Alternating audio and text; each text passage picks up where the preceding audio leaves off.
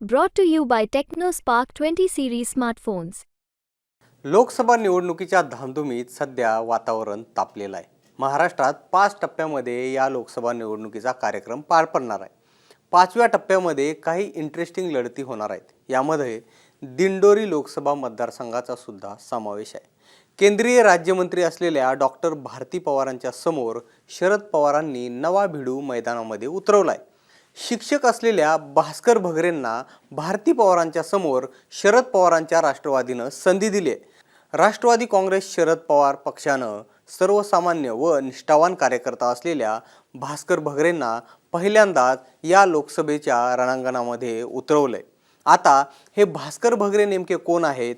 भारती पवारांना आणि भाजपला भगरे यांचं हे आव्हान नक्की कसं असणार आहे? आणि MBBS डॉक्टर विरुद्ध MA BEd शिक्षक अशी लढत नक्की कशी असेल हेच पुढील काही मिनिटात आपण जाणून घेणार आहोत. नमस्कार, मी निलेश. आपण बघताय मुंबई तक.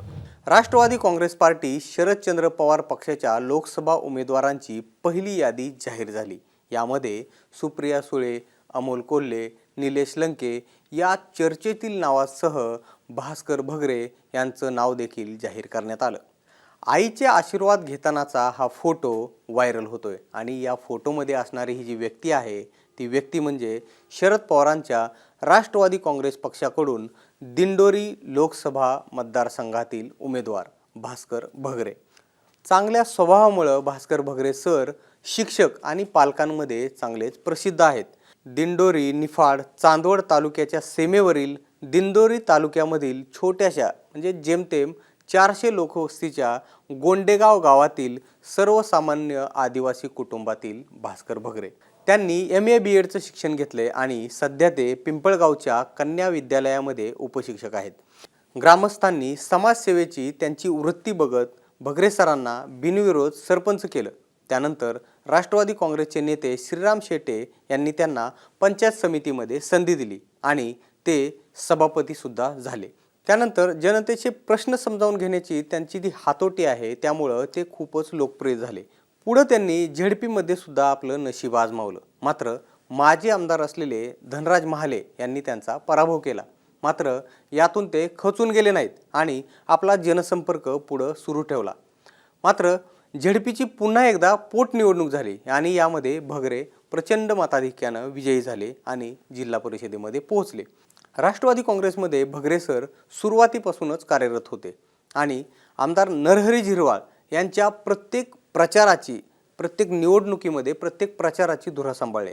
त्यानंतर राष्ट्रवादी काँग्रेसमध्ये फूट पडली. आमदार झिरवाळ अजित पवार गटामध्ये गेले तर भगरे हे शरद पवार यांच्या सोबतच राहिले. दिंडोरीमधून पक्षाकडे कुणीही सक्षम उमेदवार दिसत नसताना लोकसभेसाठी भगरेंना पदाधिकाऱ्यांनी गळ घातली. मात्र मोठा मतदारसंघ आणि निवडणुकीसाठी लागणारी आर्थिक रसद नसल्यानं मला शक्य नाही असं म्हणत त्यांनी पक्षश्रेष्ठींना नकार दिला. मात्र राष्ट्रवादी काँग्रेस शरद पवार गट आणि शिवसेना ठाकरे गट या दोन्ही गटाच्या स्थानिक पदाधिकाऱ्यांनी त्यांना तुम्ही लढा, आम्ही सोबत आहोत हा विश्वास दिला आणि तयारी सुरू केली. आणि त्यानंतर आता पक्षानं त्यांना थेट संधी देऊन टाकली. मतदारसंघामध्ये काँग्रेस आणि राष्ट्रवादी काँग्रेसच्या नेत्यांचा त्यांचा तसा परिचय आहे आणि यंदा शिवसेना ठाकरे गटाची सुद्धा त्यांना मोठी साथ मिळणार आहे. जनतेचे प्रश्न समजावून घेऊन अगदी सोप्या मार्गानं ते समजून घेण्याची त्यांची हातोटी आहे आणि गेल्या 4 महिन्यांपासून जनतेच्या समस्या ऐकून घेत त्यांनी एक जनतेचा जाहीरनामा बनवला आहे जो चर्चेत आहे. दुसरीकडे डॉक्टर भारती पवारांबद्दल बोलायचं झालं तर भाजपच्या दुसऱ्या यादीमध्ये डॉक्टर भारती पवारांना स्थान मिळालं. MBBSचं शिक्षण घेतलेल्या डॉक्टर भारती पवार तशा मूळच्या राष्ट्रवादीच्याच. शरद पवारांचे निकटवर्ती असलेले आणि 8 वेळा आमदार असलेले AT पवार यांच्या त्या सुनबाई. जिल्हा परिषदेच्या त्या सदस्य होत्या आणि राष्ट्रवादीच्या प्रदेश उपाध्यक्षपदाची त्यांच्याकडे जबाबदारी होती. मात्र 2019ला त्यांनी भाजपमध्ये प्रवेश केला आणि तिकडून निवडणूक लढवली आणि सुमारे 2 लाखाच्या मताधिक्यानं त्यांनी विजयसुद्धा मिळवला आणि त्यानंतर त्यांना थेट केंद्रामध्ये आरोग्य विभागाचं राज्यमंत्रीपदसुद्धा मिळालं. तसं तर यावेळी सुद्धा दिंडोरीमधून भाजपकडून अनेक लोक इच्छुक होते. मात्र सर्वांवर मात करत दुसऱ्यांदा तिकीट मिळवण्यामध्ये भारती पवार यशस्वी ठरल्यात. आता जर दिंडोरी लोकसभेचं आपण गणित बघितलं तर इथले सर्व आमदार हे महायुतीचे आहेत.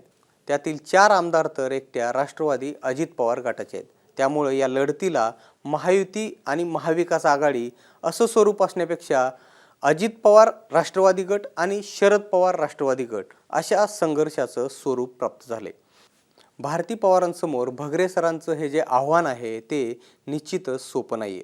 सर्वसामान्य कार्यकर्ता अशी त्यांची इमेज असल्यानं आणि शरद पवार तसेच उद्धव ठाकरे यांच्या प्रतीची जी सहानुभूती आहे ती भगरे सरांना मिळणार आहे. त्यामुळं ग्रामीण आणि आदिवासी बहुल असलेल्या या मतदारसंघामध्ये ही लढत फारच रोमांचक असणार आहे.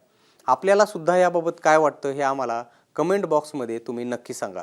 आणि मुंबई तकला जर तुम्ही सबस्क्राईब केलं नसेल तर लगेच सबस्क्राईब करा. धन्यवाद.